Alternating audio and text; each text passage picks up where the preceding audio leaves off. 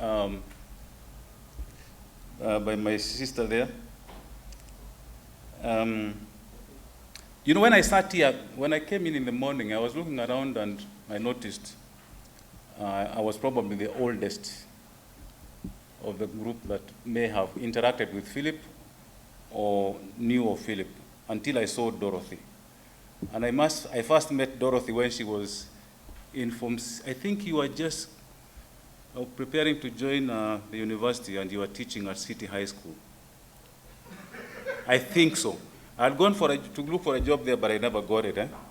I must have been maybe a year or two behind you or something, I can't quite remember.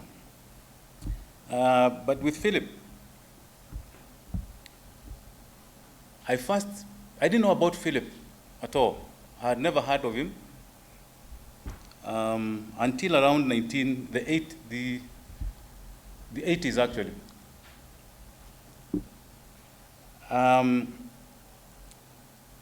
He called. I was working at the Standard as a sub-editor. I had just come back to the Standard from the University of Nairobi School of Journalism where I had done a postgraduate program in mass communication. And the Standard had hired me. I had started out at the Standard in '78 and left after a year to go and improve my journalism skills. So I come back to the Standard, and 6 months into the job, I get a note or a call, I can't quite remember, from Philip, asking whether I would be interested in a job at the Nation. So that got me thinking. I don't know this fellow. I asked around, I was told who he was, and I was curious enough, to respond and say, yes, I'd be interested. And I was also smarting from a refusal earlier by the Standard to sponsor me for my journalism studies. The usual thing, you go knock on the door of your editor or an MD, and you say, there's this opportunity that has just come up. That program had just started in '79, I think it was. So I was pleading with the editor to sponsor me to go to university to do that course. And he gave me this spiel about, we don't have enough money right now, but we do have a program that takes journalists like you to Glasgow University. So I got interested, so I asked him, and when will that be? When funds are available. I said, okay.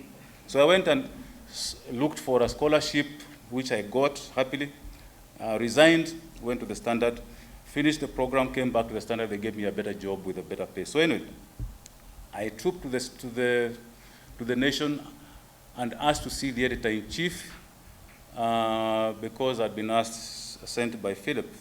And who was the PA, the personal assistant then?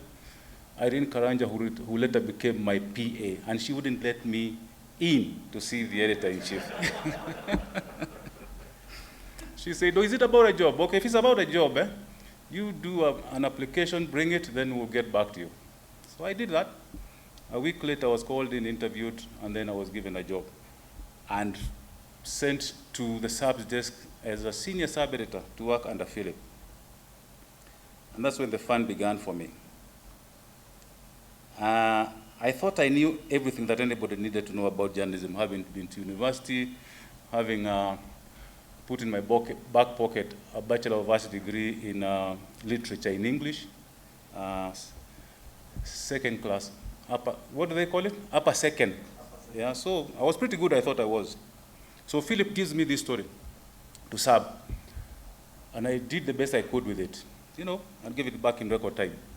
Then I noticed, pulled out a red pen, and he was running through that text with, and you could see him frowning, so I knew there was trouble here. Then he throws it back at me, and he says, young man, that is not English. Wow.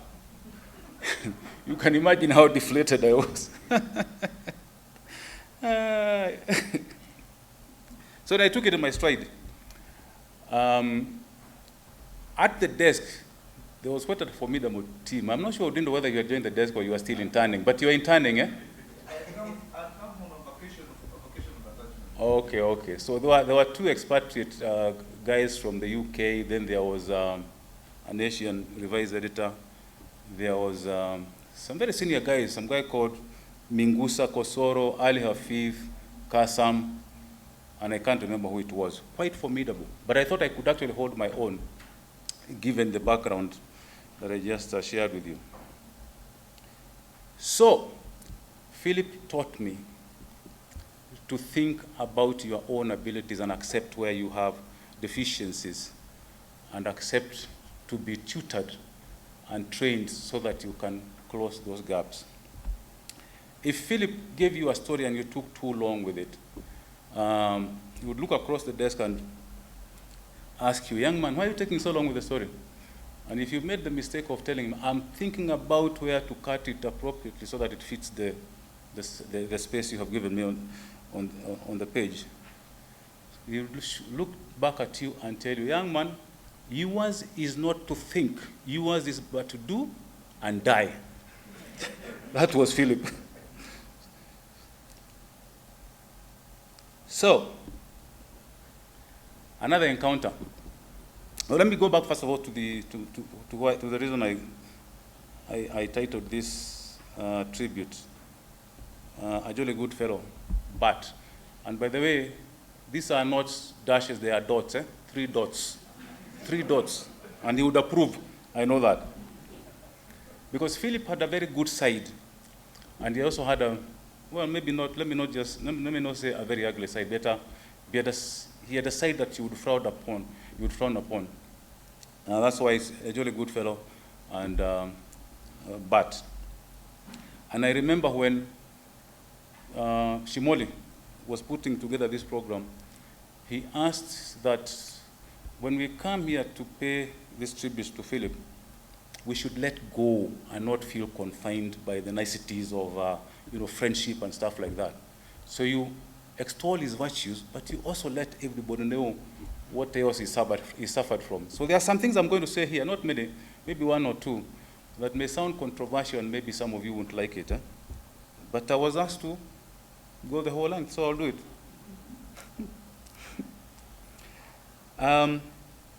So I get another story from Philip, which again I went through very quickly and gave it my best shot.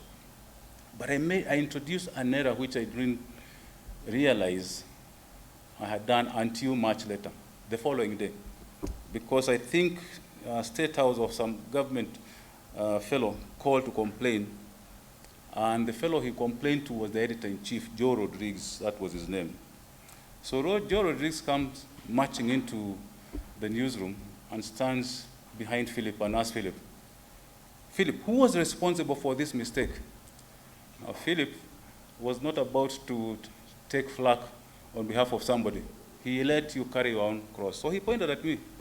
Then I overheard Joe Rodriguez telling Philip, give the bugger a memo. Which Philip quickly gave me. And to this day, that word bugger has remained ingrained in my mind since then. To this day, Odindo will tell you, I call everybody I meet a bugger. Not that I mean any, I have any ill feelings toward anybody, but it's just a word that stuck to my mind. Give that memo a bugger. And I gave a lot of buggers memos myself, Odindo included.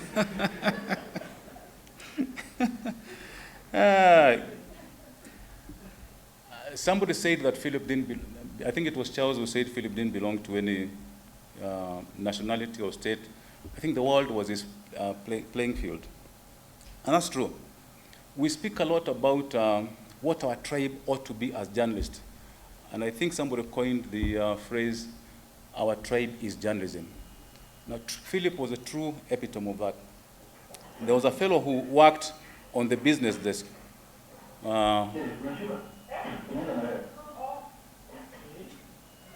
That's not me. There was a fellow on the business desk who Sacking Philip recommended. And the fellow was shocked because he thought that Philip, being a Luo, would find reason enough to protect fellow Luos. So he comes pleading with Philip and asking, Philip, why would you do this to a fellow Luo? And Philip tells him, it was not your Luoism that got you the job here. It is what we thought you could bring to the nation. You just didn't step up to the plate. And that was the end of it. And throughout his life at Nation, That's one of the elements that defined Philip. A straightforward hitter, a guy who didn't see you as Luo, Kikuyu, or white or brown or whatever, but who just judged you on the basis of what you brought to the table in terms of your skills. He had another trait. He was very generous. If he liked you, he was very generous in every sort of way. He traveled widely, worked in as many capital cities around the world as anyone would care to remember. And he collected a lot of things. So I'm sitting there with him, and I think he must have noticed this young Sabeleta. He comes to this office wearing the same shirt and jacket and blah, blah, blah. Maybe I can help him out of misery. So he told me, Wangethi, you know, when I was working in Switzerland or whatever, I would never wear one shirt twice. So when I finished my sojourn there or whatever, I came back with a lot. And I cannot donate some, you away. I happily accepted the shirts. Why lie?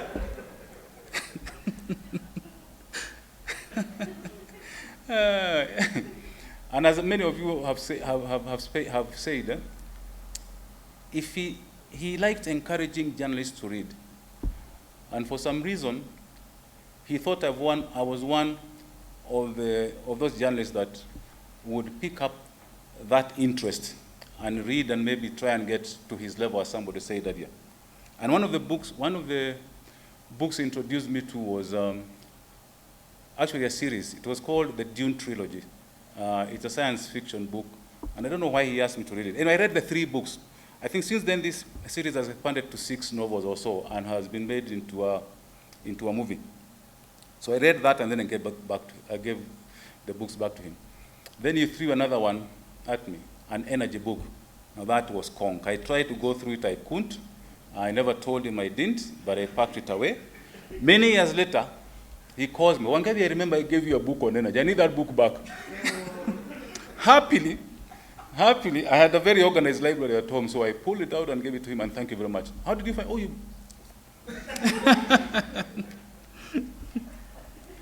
Now, Philip was a firm and authoritative editor. And his word, he always believed that his word was the last word, actually. And you didn't, if you interfered with anything he had signed off and which he expected to see in the print paper the following day, he would suffer terrible consequences. So there was this expatriate Mzungu. This expatriate Mzungu, I think he was a production editor or something like that. Somebody called when Ochieng had already signed off the paper and complained about a story. So this guy goes to the paste-up room and changes the headline of the story or pulls out the story. And then I think somebody called Philip and told him things have happened. Philip came back, restored the story, and then the following morning he confronted that guy. I didn't think that guy lasted. He flew out went back to Britain the following day. What about his dressing? I read Mutuma's piece the other day where he claimed that Philip bought his suits from Savile Row or something in the UK. Well, Philip was elegantly dressed, all right. He had what you call, sartorial, elegance. But all his clothes, as far as I can remember, from his own words himself, his suits were all bespoke, all right? And he wore better hats than what I'm wearing. His belts would cost 1,000 shillings or something like that. And all this he obtained from a shop down, I think down where? Moy Avenue, called Pia Mohammed. I'm not sure whether it is still there, but that's where he got he bought all his clothes. So there you are. Philip was a free spirit in the, as free a spirit as anybody can have. And you can see this through his own habits, his affinity with whiskey, for instance, which he called 2 eyes. I never quite understood why he called whiskey 2 eyes. I suppose because he always bought it in doubles, So 2 eyes. And if you are with him, he splashed you with that kind of generosity.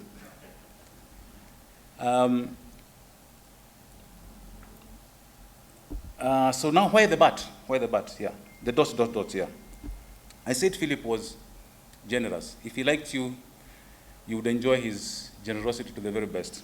But he had one very, very big fault or deficiency.